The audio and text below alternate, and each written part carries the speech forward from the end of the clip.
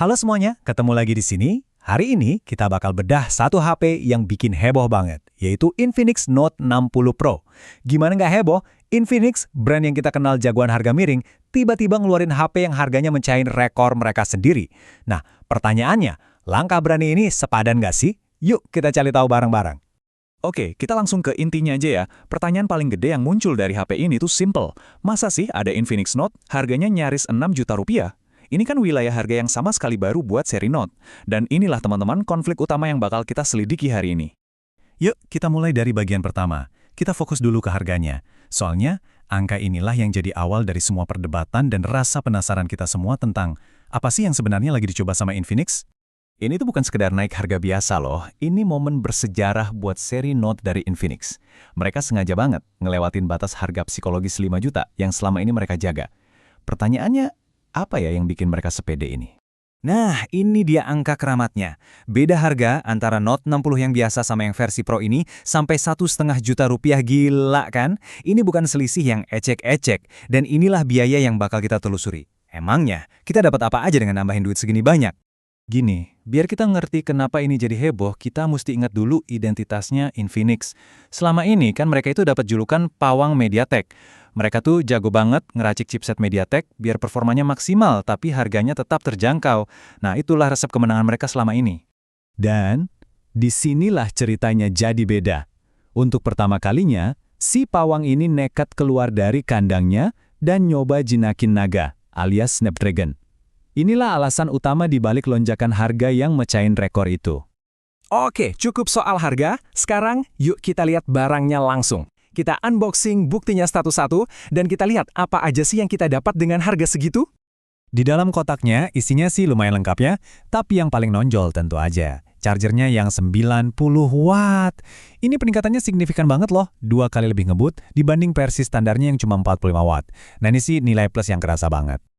Sekarang, kita lihat fitur fisik yang paling unik. Di belakang, persis di bagian kamera, ada yang namanya Active Matrix Display. Ini bukan lampu notif kedap-kedip biasa loh, tapi ini panel LED yang bisa kita atur-atur sendiri. Dan ternyata kita bisa macem-macem banget ngaturnya. Kalian bisa nampilin peliharaan virtual yang unyu-unyu, bisa dijadiin jam atau indikator baterai, atau bahkan nulis nama kalian sendiri. Ada minigamenya juga loh. Ini sih tambahan yang seru buat iseng-iseng, walaupun ya mungkin buat sebagian orang jatuhnya gimmick aja. Oke, sekarang kita masuk ke jantung masalahnya nih, prosesor. Inilah pertaruhan terbesar yang diambil Infinix. Kira-kira keputusan mereka ini sepadan nggak sih sama harganya? Dan inilah dia, tersangka utamanya. Penggunaan chipset Snapdragon 7 Gen 2 inilah yang jadi biang keladi di balik mahalnya Note 60 Pro. Ini komponen paling mahal yang ngebedain dia dari saudaranya yang pakai MediaTek. Nah, coba kita lihat data di atas kertas. Kalau dari skor Antutu, versi Pro yang pakai Snapdragon ini emang unggul sekitar 20%. Skornya sampai 1,1 juta.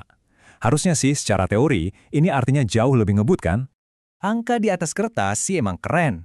Tapi gimana pas dipakai beneran? Nah, sekarang ayo kita uji keunggulan 20% itu di dunia nyata. Dan disinilah plot twist-nya muncul. Kutipan ini diambil langsung dari reviewernya ngerangkum satu keanehan besar. Walaupun skor benchmarknya lebih tinggi, pas dipakai di beberapa situasi, kok rasanya nggak lebih kencang ya? Bukti paling nyatanya itu pas di tes main game berat kayak Genshin Impact.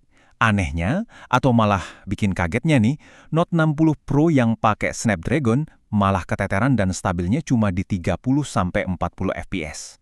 Angka ini justru lebih rendah loh dari versi standar yang pakai MediaTek. Ini kan kebalikan banget sama data benchmark tadi. Terus, gimana soal kamera? Nah, kalau di sini ceritanya beda. Snapdragon mulai unjuk gigi. Kalau buat foto siang-siang sih hasilnya 11-12 lah ya. Tapi begitu kondisi cahaya mulai gelap, wah, keunggulan versi Pro langsung kelihatan jelas. Fotonya lebih detail, lebih terang, kemungkinan besar ya kalau olah gambar dari chipset Snapdragon-nya. Oke, kita recap bentar ya. Jadi dengan nambah 1,5 juta, kalian dapat prosesor Snapdragon, ngecas yang jauh lebih cepat baik pakai kabel atau nirkabel, plus lampu LED yang lebih canggih. Tapi ingat ya, bagian penting kayak layar dan ukuran baterai itu sama persis, nggak ada bedanya. Setelah kita timbang semua bukti, sekarang waktunya kita ambil kesimpulan. Ayo kita jawab pertanyaan utama kita. Apakah Infinix Note 60 Pro ini sepadan dengan harganya? Jadi intinya gini deh. Kalian bayar lebih mahal itu buat dapat kemewahan, kayak ngecas super ngebut, foto malam yang lebih bagus, dan LED belakang yang seru buat pamer. Tapi ada tapinya nih, kalian juga harus rela kalau performa buat main game berat itu ternyata nggak sekonsisten saudaranya yang lebih murah. Ada pepatah lama di dunia olahraga yang kayaknya pas banget buat situasi ini. Jangan ubah tim yang sudah menang. Resep Infinix pakai MediaTek itu kan tim pemenang yang udah terbukti. Apa mungkin keputusan buat ganti pemain ini sebuah kesalahan? Atau mungkin mereka cuma belum punya cukup waktu aja buat optimalin softwarenya buat chipset baru ini? Pada akhirnya, di pasar HP yang persaingannya seketat ini, jualan utama Infinix itu selalu soal harga lawan performa.